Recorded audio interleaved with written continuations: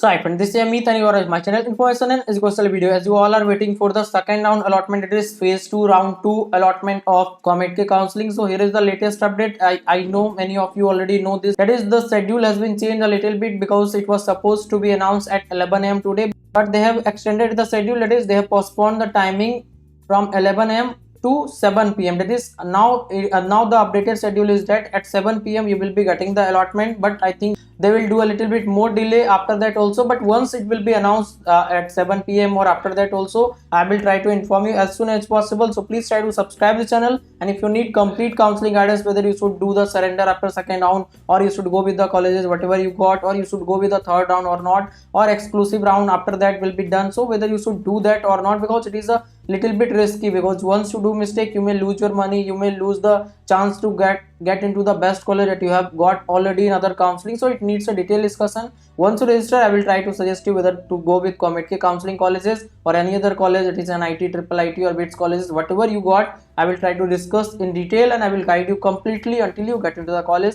And for exclusive round there will be separate choice filling and I will be guiding you for that as well. So as of now, the update is that at 7 p.m. you will be getting the allotment, and there will be lots of changes. As I have already informed you what will be the expected cutoff, so there will be lots of changes in the cutoff, because after first round many students have done the surrender, many students haven't paid the fee, so all those seats will be given to next rank student and you will be getting the benefit of that. So after the allotment you need to pay the fee if you will get the seat for the first time. If you will get for the second time, then you need to pay the differential amount. If it will be more than previous college, if it will be less, then you will get the refund from the college itself.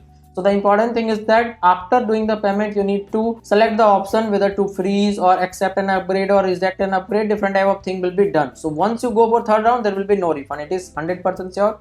So please try to do everything very carefully, otherwise you may regret later. So thanks again for watching this video. Please try to subscribe.